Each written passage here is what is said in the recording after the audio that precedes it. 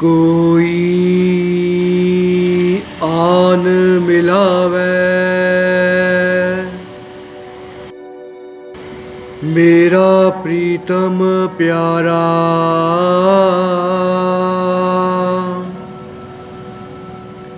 हाँ तिस पे आप विचाई।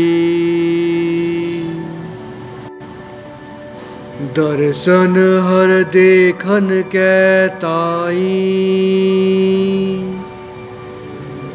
कृपा करे ता सतगुर मिले। हर हर नाम त्याई, रहाओ जे सुख देता तुझे आराधी, दुख भी तुझे त्याई। जे पुख देता इत ही राजा, दुख विच सुख मनाई। तन मन काट काट सब अर्पी, विच अग्नि आप जलाई। पखा फेरी पानी टोवा, जो दे सो खाई। नानक गरीब टै पया दुआरै, हर मेल लेहो वडियाई। वाहिगुरु जी का खालसा, वाहिगुरु जी की फतेह। संसार में हम कई प्रकार का प्रेम देखते हैं, प्यार देखते हैं। माता पिता अपने बच्चों से प्रेम करते हैं और बच्चे अपने माता पिता से प्रेम करते हैं। वहीं पर हम बहन और भाई का प्रेम भी देखते हैं। एक स्त्री एक पुरुष से प्रेम करती है। हम अपने मित्र यार दोस्त से प्रेम करते हैं। इसी प्रकार हम संसार में हर तरह का प्रेम देखते हैं। यदि हम संसार में देखें तो प्रेम सिर्फ मनुष्यों में ही पाया नहीं गया है, बल्कि ये प्रेम तो हम देखते हैं पशुओं में भी होता है। जिस प्रकार व्हाट्सएप पर कुछ वीडियोस आए थे पशुओं के, जहाँ पर हमने देखा कि प्रेम पशुओं में भी होता है। जैसे कि एक वीडियो आया था जिसमें एक छोटे से बंदर के उसकी माता गुजर गई थी, रोड पर एक्सीडेंट हो गया था और वो छोटा सा नन्हा सा बालक बंदर अपनी माँ के पास से हट ही नहीं रहा था। उसे चाट रहा था, उसे घूर रहा था, उससे वो दूर नहीं जा रहा था। इसी प्रकार हमने देखा कि एक बछड़ा जब अपनी माँ गाय का दूध पी रहा था तो गाय बछड़े को सहला रही थी, अपने बछड़े को चाट रही थी, प्रेम दे रही थी। उसी प्रकार एक वीडियो आया था जिसमें छोटे छोटे पक्षियों के बच्चे थे और उस पक्षियों के माता पिता दूर दूर से दाने को लेकर आते और भरी बारिश में अपने बच्चों को खाना खिला रहे थे। और यही नहीं, पंख फैलाकर अपने बच्चों को बारिश से बचा रहे थे। ऐसे वीडियो से जानने में आता है, समझने में आता है कि पशुओं में भी प्रेम होता है, प्यार होता है, भावनाएं होती हैं। मनुष्य ही अकेले ऐसे नहीं हैं जो कि आपस में प्रेम करते हैं, उनके अंदर भाव होते हैं, भावनाएं होती हैं। ये भावनाएं तो पशु और पक्षियों में भी दिखाई पड़ते हैं। जब हम डिस्कवरी चैनल देखें, एनिमल प्लैनेट चैनल देखें, या आजकल व्हाट्सएप पे भी कई ऐसे पशुओं की वीडियोस आते हैं जिसे देखने पर पता चलता है कि प्रेम तो पशुओं में भी होता है, भावनाएं भी होती हैं। परंतु संसार में देखा गया है कि मनुष्य प्रेम तो करता है, परंतु उसके मन में कई बार ऐसा देखा गया है कि लोभ, मोह और भेदभाव होता है। कई बार इंसान कहते हैं मनुष्यों से लोभ के कारण प्रेम करता है, और कई बार ऐसा देखा गया है कि कुछ मित्रता भी ऐसी होती है जो माया की वजह से होती है। किसी मित्र के पास यदि माया है तो मित्र उसे पूछते हैं, उससे दोस्ती करते हैं, और यदि उस मित्र के पास धन दौलत चली जाए या नौकरी चली जाए या ज़रूरत आन पड़े तो दोस्त, साथ संबंधी सभी साथ छोड़ देते हैं। ये प्रेम तो एक लोभ है, मोह है, माया है। असली प्रेम तो गुरसिक का, भगत का, प्रभु प्रेमी का, प्रभु के साथ होता है। वही असली प्रेम है। बाकी सब तो मोह माया है। इंसान में आज काम, क्रोध, लोभ, मोह, अहंकार ये देखने में आता है। असली प्रेम तो शायद ही कोई किसी के साथ करता है। प्रेम तो एक भगत ही अपने गुरु के साथ, अपने पिता परमेश्वर के साथ करता है, और वो प्रेम ही उस मनुष्य को प्रभु से मिला देती है और उसका पार उतारा हो जाता है। वो भवसागर से पार लंघ जाता है। जिस प्रकार बानी आती है, कहाँ पयो जो दो लोचन मूद के, बैठ रह्यो बक त्यान लगायो, नहात फिरियो लिए सात समुद्रन, लोक गयो पर लोक गवायो, बास कियो बिख्यान सो बैठ के, ऐसे ही ऐसे सो बैस बितायो, साच कहो सुन लेहो सबे, जिन प्रेम कियो तिन्ही प्रभ पायो। जो व्यक्ति प्रेम करता है प्रभु के साथ उसी का पार उतारा होता है, वही भवसागर से तरता है। जिस प्रकार एक बहुत ही सुंदर साखी आती है जो कि भाई सैदा जी की है।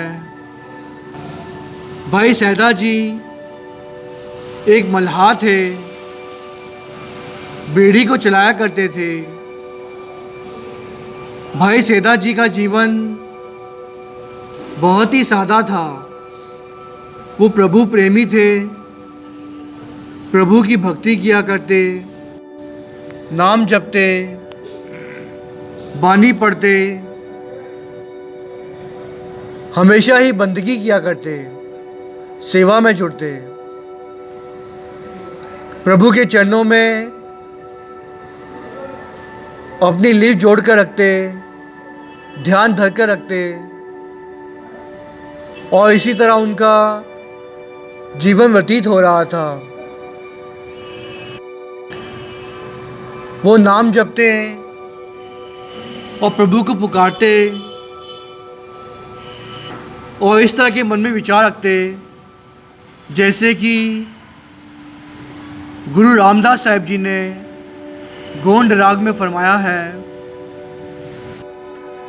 हर दर्शन को मेरा मन बहु तपतै, ज्यों त्रिखावंत बिन नीर, मेरे मन प्रेम लगो हर तीर, हमरी बेदन हर प्रभ जानै, मेरे मन अंतर की पीर, रहाओ मेरे हर प्रीतम की कोई बात सुनावै, सो पाई सो मेरा बीर, मिल मिल सखी गुण कहो मेरे प्रभ के, ले सतगुर की मत तीर, जन नानक की हर आस पुजावो, हर दर्शन शांत शरीर।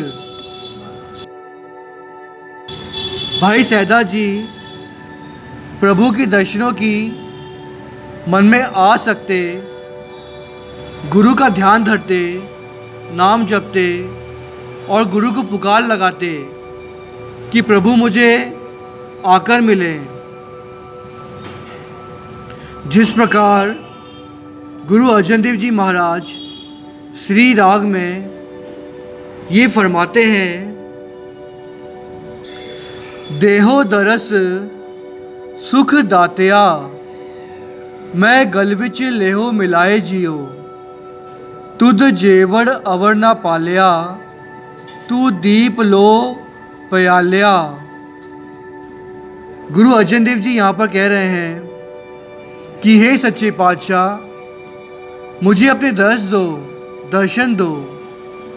हे सुखदातिया, मुझे अपने साथ मिला लो। उसी प्रकार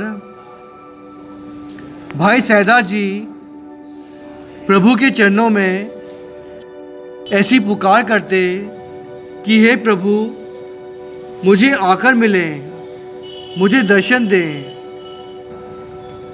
भाई सैदा जी हमेशा ही प्रभु के दर्शनों की आस रखते अपने मन में और प्रेम सहित गुरु को पुकारते। गुरु का प्रेम भाई सैदा जी के मन में, उनके हृदय में पल रहा था। जिस प्रकार बानी आती है गुरु अमरदास साहिब जी की गौरी राग में, जिसमें वे फरमाते हैं, मिल मेरे प्रीतमा जियो, तुद बिन खरी निमानी, मैं नैनी नींद ना आवे जियो, पावे अन्न ना पानी। भाई सैदा जी अपने मन में पुकार लगाते, गुरु को पुकारते, कहते कि हे मेरे प्रीतम, हे मेरे प्यारे, तेरे बिना ये संसार अधूरा है। उन्हें कुछ भी भाता नहीं था। वे प्रभु के प्रेम में, प्यार में प्रभु की आस रखते थे कि प्रभु उन्हें आकर मिलेंगे। उनके नैनों में नींद नहीं थी, बल्कि प्रभु का प्यार था। वे प्रभु को पुकारते थे, यहाँ तक कि उन्हें कुछ भी अच्छा नहीं लगता था। वो तो दर्शनों की प्यास ही अपने हृदय में बसाए हुए थे।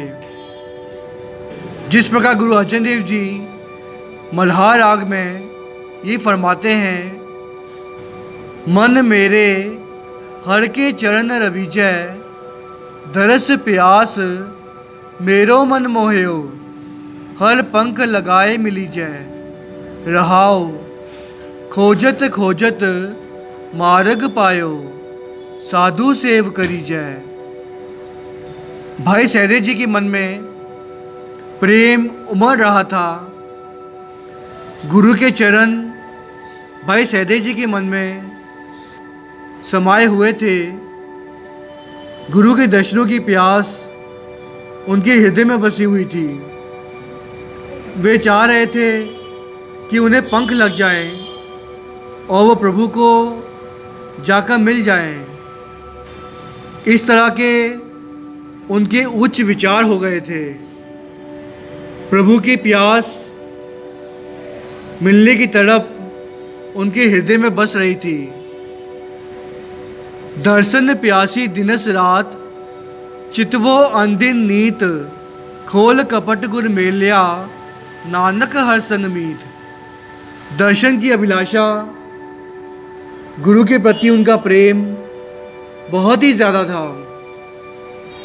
और जिस प्रकार कहते हैं कि कोई मनुष्य यदि प्रभु को प्रेम करता है तो गुरु भी अपने प्रेमी से, उस मनुष्य से, उस भगत से उतना ही प्रेम करते हैं।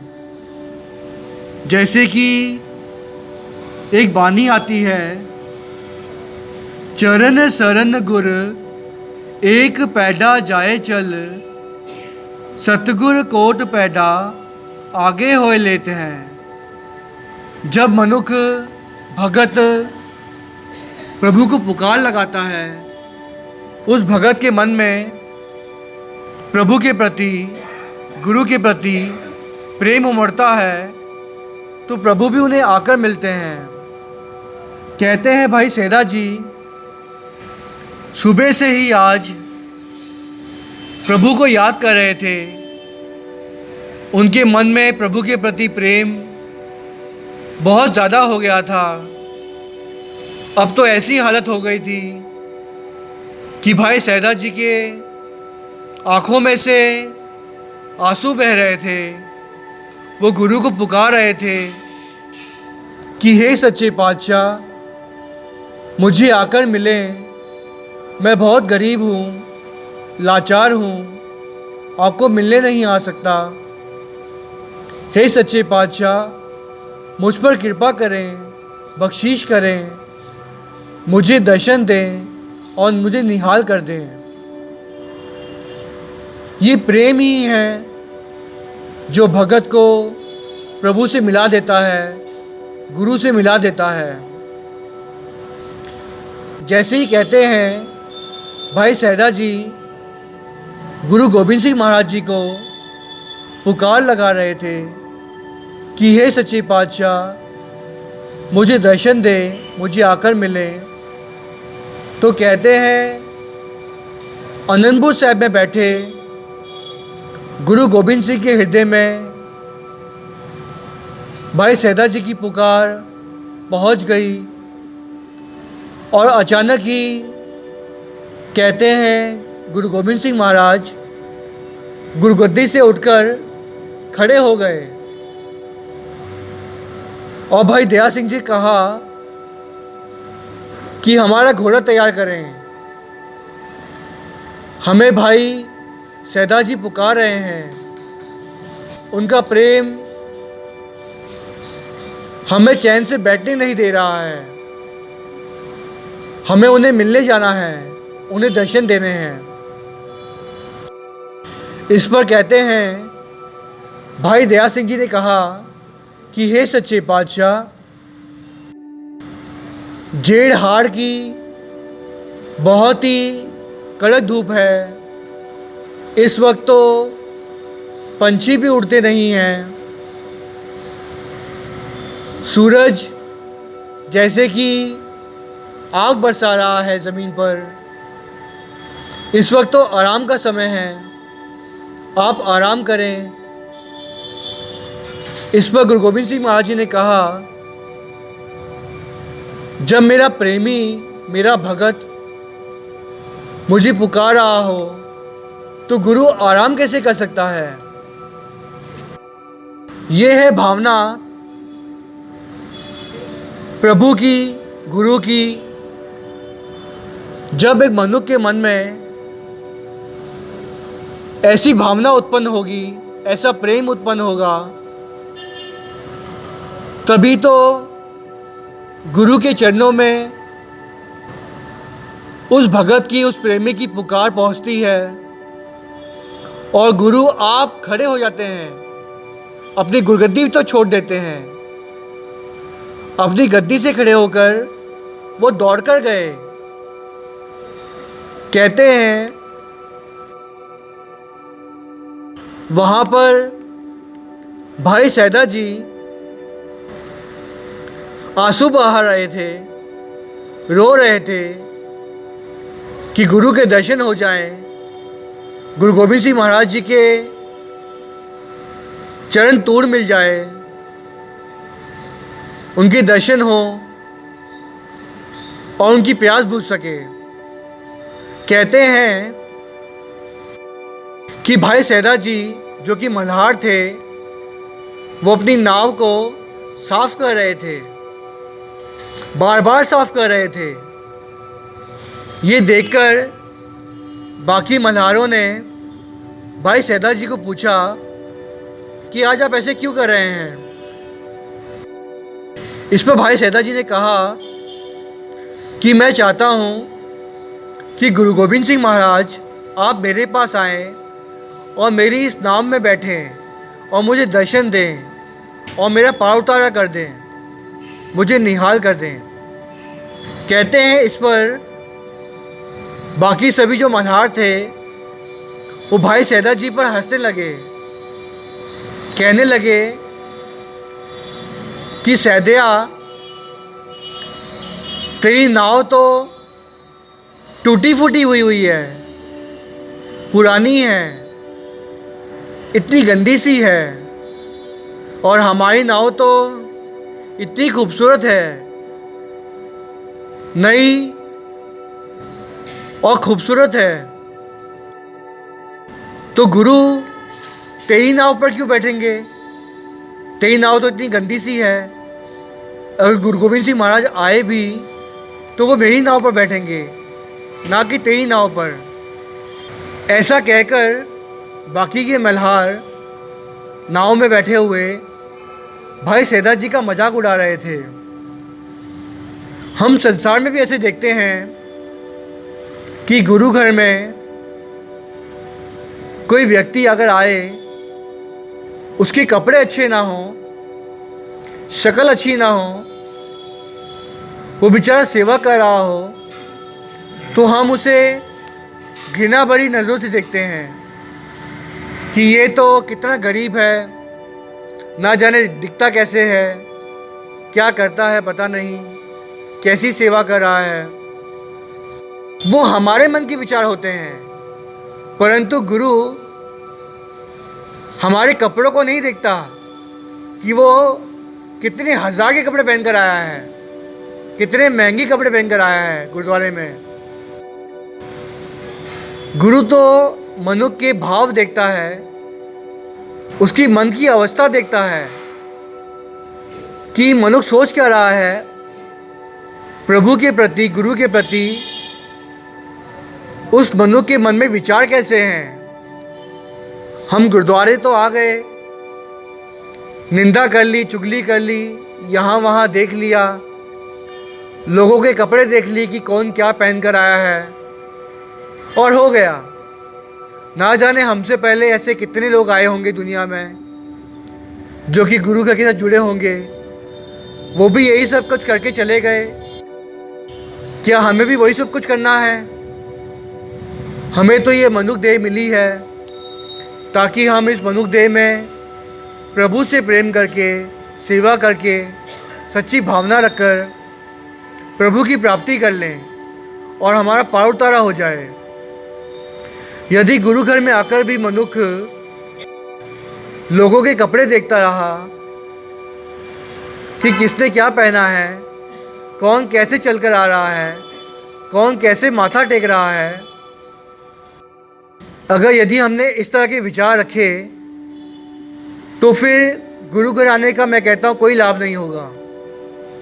जब तक हम गुरु के चरणों में सही तरह से नहीं जुड़ेंगे, गुरु से प्रेम नहीं करेंगे, तब तक पार उतारा होना बहुत ही मुश्किल है।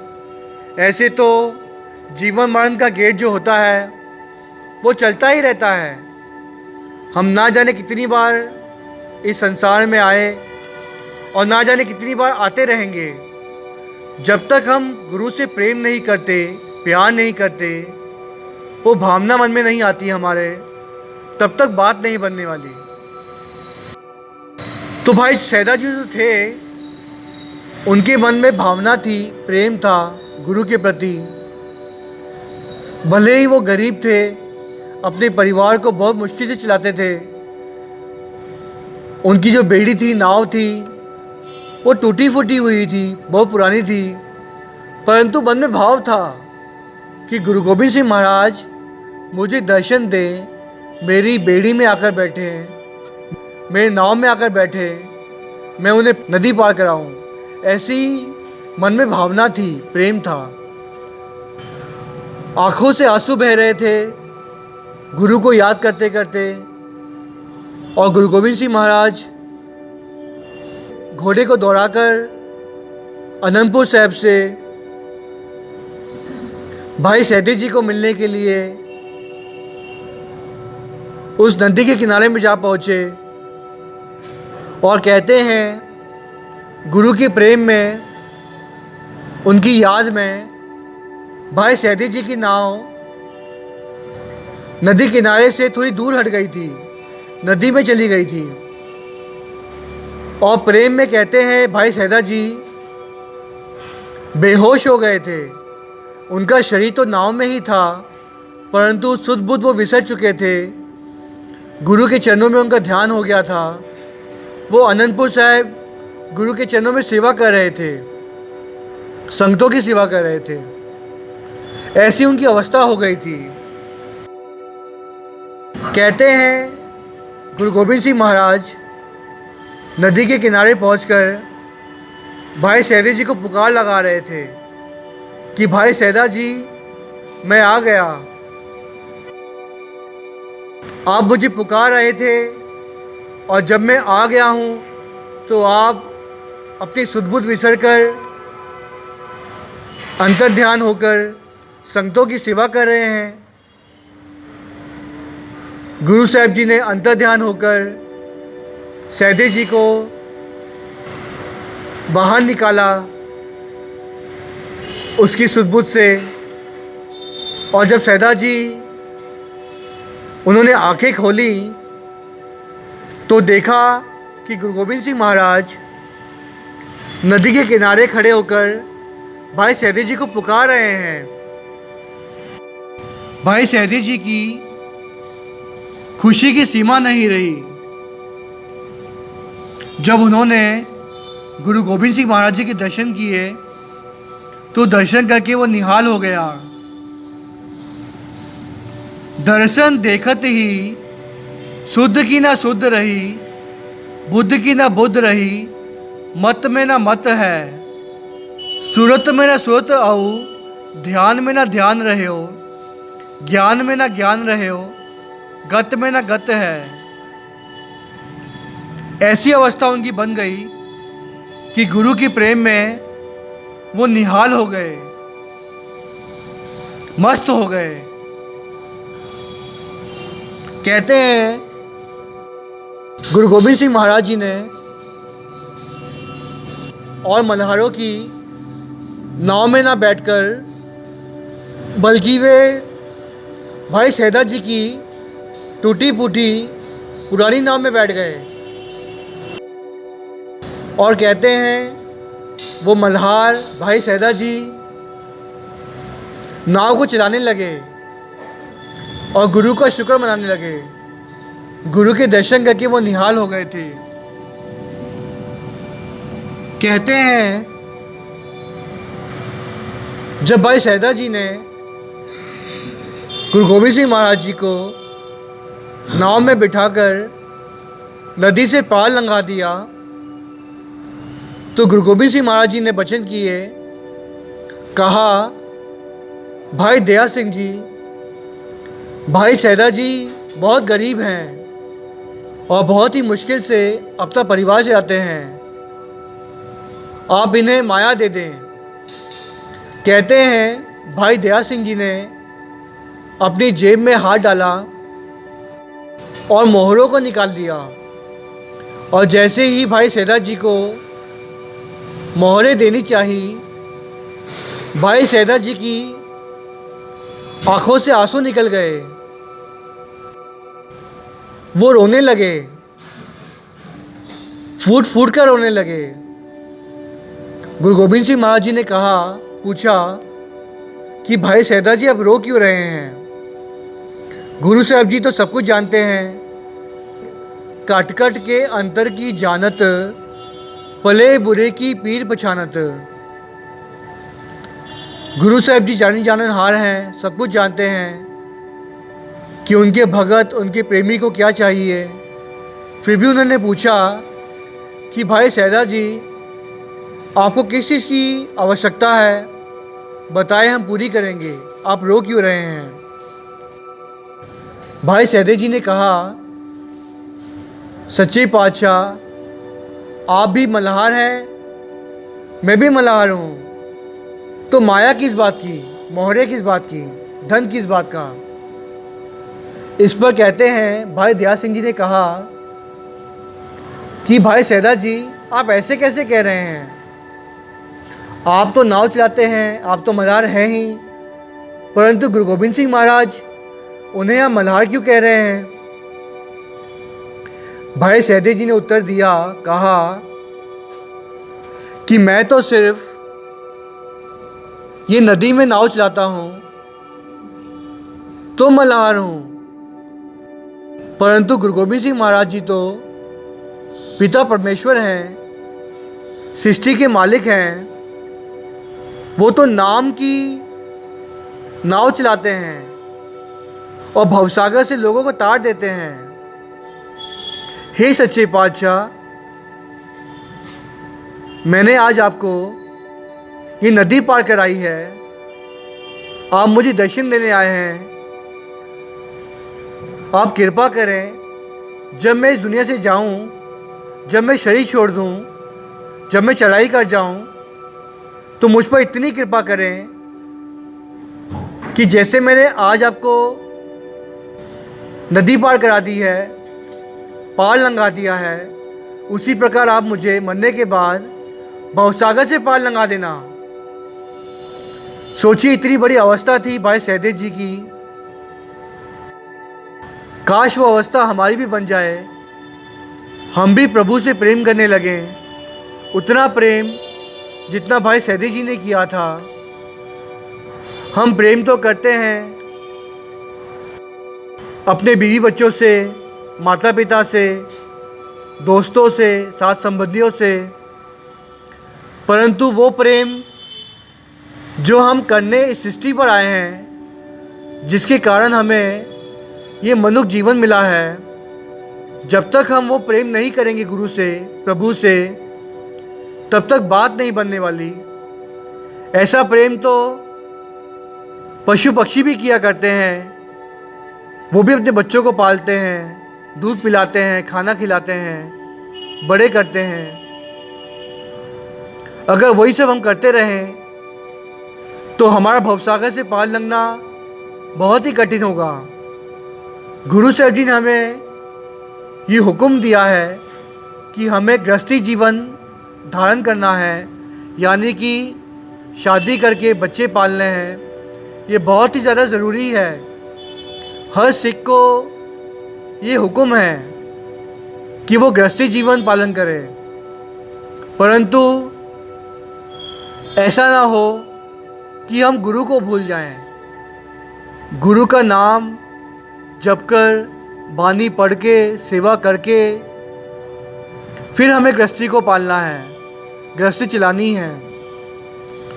हमें सारे कार विहार भी करने हैं, जॉब भी करनी है, धंधा भी करना है, व्यापार भी करना है, सब कुछ करना है, बच्चे भी पालने हैं, घर गृहस्थी भी चलानी है, परंतु प्रभु को नहीं भूलना, प्रभु के प्रेम में रंग जाना है।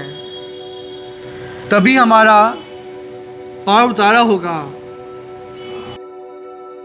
फिर वो अवस्था बनेगी जैसे भाई सहदेव जी की थी, जिस प्रकार गुरु अमरदास साहब जी 16 ट्राग में ये फरमाते हैं, पौजल पार उतारियन पाई, सतगुर बेड़े चाड़, मनूरे ते कंचन पए, पाई गुर पारस मेल मिलाए, आप छोड़ नाव मन वसिया, पाई ज्योति ज्योत मिलाए।